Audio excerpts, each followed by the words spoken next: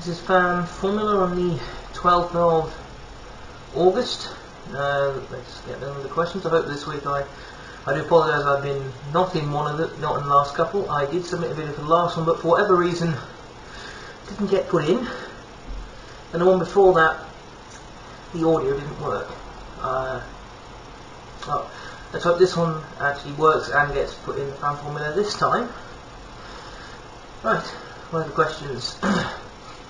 Question 1. Martin Whitmarsh has elected not to stand for re-election as the chairman of FOTA, with Ferrari, Red Bull and Sauber already opting out of the group. What do you think Whitmarsh's decision means for the future of the group? Well, I think maybe Whitmarsh might have stepped down just to try and get some faith back in the group. I mean, if he stepped down, then you know that McLaren's the last big team in FOTA. Maybe that's a sign that the group's going to end.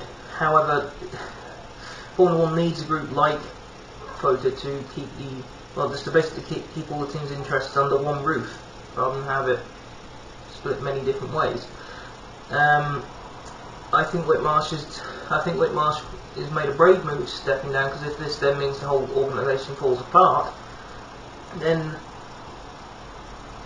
you know it's not going to look good for the sport. And plus, McLaren's the only team with which Whitmarsh is obviously.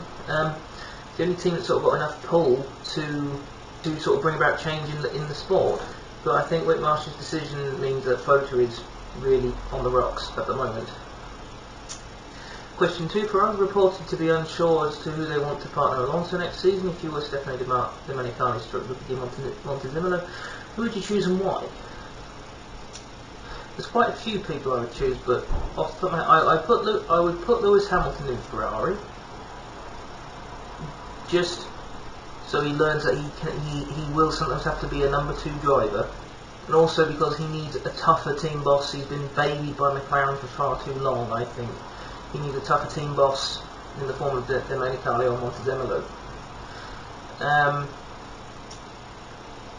And plus, think of how some of the Ferraris would turn out, some of the road cars would turn out with Alonso and Hamilton helping develop them. I think Di Resta would also be a good choice for Ferrari, because he'll just get the job done. Jenson Button's got very much the right mindset for Ferrari. Someone like Bruno Senna, who's always thinking what's required, he would be good in Ferrari as well. I think Perez wouldn't be a bad choice. However, I think he's thinking that he's nearly won a race. He's come 3rd as well. He's thinking that's it. He's got the key to the executive toilet now, rather than sort of thinking a little more about what he might be required to race for the Scuderia. But I think certainly Hamilton would be good, Di Resta would be good, Senna would be good, Kovalainen as well. Kovalainen would be good because he deserves. Kovalainen and Di Resta probably top the list, because Hamilton's already been in a big team, and Senna he's still really in his first proper season of Formula 1 really. So probably Kovalainen and Di Resta would be the best choices for that. Question 3. Manisha Kaltenborn has stated that the Sauber team are aiming to steal the 5th position from Mercedes by the end of the championship. Considering Sauber are already 26 points behind, do you think Sauber can make it, or will Mercedes be able to defend their position? If Sauber keep things up, then Sauber can take the position. However, we've got quite a few tracks coming up like Monza and Spa, which play very well to Mercedes. Just remember in Monza last year, Mercedes geared their car so it hit top speed in 7th gear before DRS was opened. So if they do the same again, whilst they might not be accelerating away as quickly as everyone, because they can attain that much higher speed, not many people will be able to overtake. If Sauber can keep things up, then certainly it will happen. If Perez and Kobayashi can avoid any rookie incidents, that would be good as well. But the problem is Sauber can't always nail it on qualifying. They can't always nail qualifying, so if Sauber nailed qualifying, then they would be good in the race as well. Actually, thinking about it, it might be a bit much for Sauber to think that they can actually overhaul them. But certainly, I think Sauber could at least make Mercedes sweat quite a lot over the issue. And the bonus question: with nearly half of the F1 summer break gone, and what F1 related things have you been getting involved in and would recommend others to fill the void? Well, what have I been getting involved in? Well, I've been in it. I've been in the fan formula. Fan formula is always a good thing to do. Fan formula. I'm not getting paid to plug it, but fan formula. I've been working on my usual blog for netcars.com. Drive a great deal. I've also started up another blog with, you might know him as the Road Race Partsman on Twitter. He's an American who, his company I believe sponsors one of the Trans Am cars in the Trans Am series. It's the Mustang. Trans Am's basic, as I understand it, Trans Am is basically a bit like touring cars. The difference is with touring cars they've probably got about 300 horsepower tops. Trans Am they're running 830 horses, which is insane. But I've been trying to get that new blog off the ground. It's called Pure Racing Fuel. I've also been trying to get, it's not Formula 1 related, but I've also been working very hard at work, although we've been given a notice that we're going to be fired.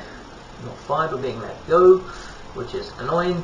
I've also been working on the Storm Space production stuff, trying to get a female voice for it, as I usually plug at the end of the fan formula, on my entry, trying to get a female voice for one of the characters.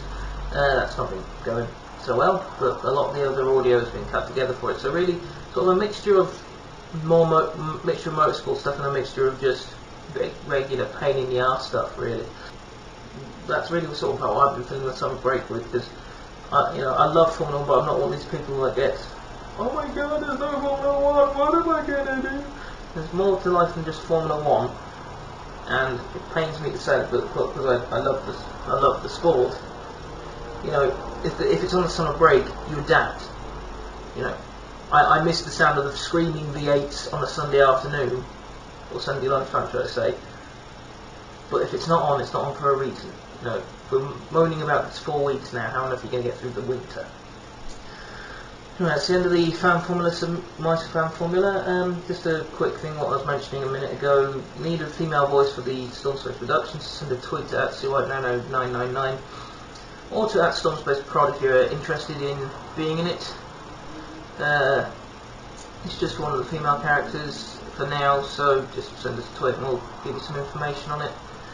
And like I said, plug the Pure Racing Fuel blog as well, and the Netcars one. Anyway, that's the end of this, whilst I have to go look for jobs again, because like I said, we've been served termination notice. I know it was just temps, but we were told this is the most permanent temporary contract you could have, and the manager has let us go based on statistics.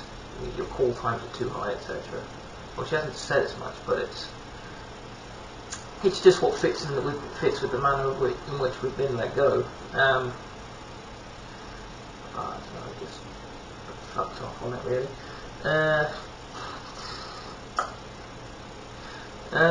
Yeah, so that's the end of this fan formula, so I'll see you for the next one, in theory at least. See you then.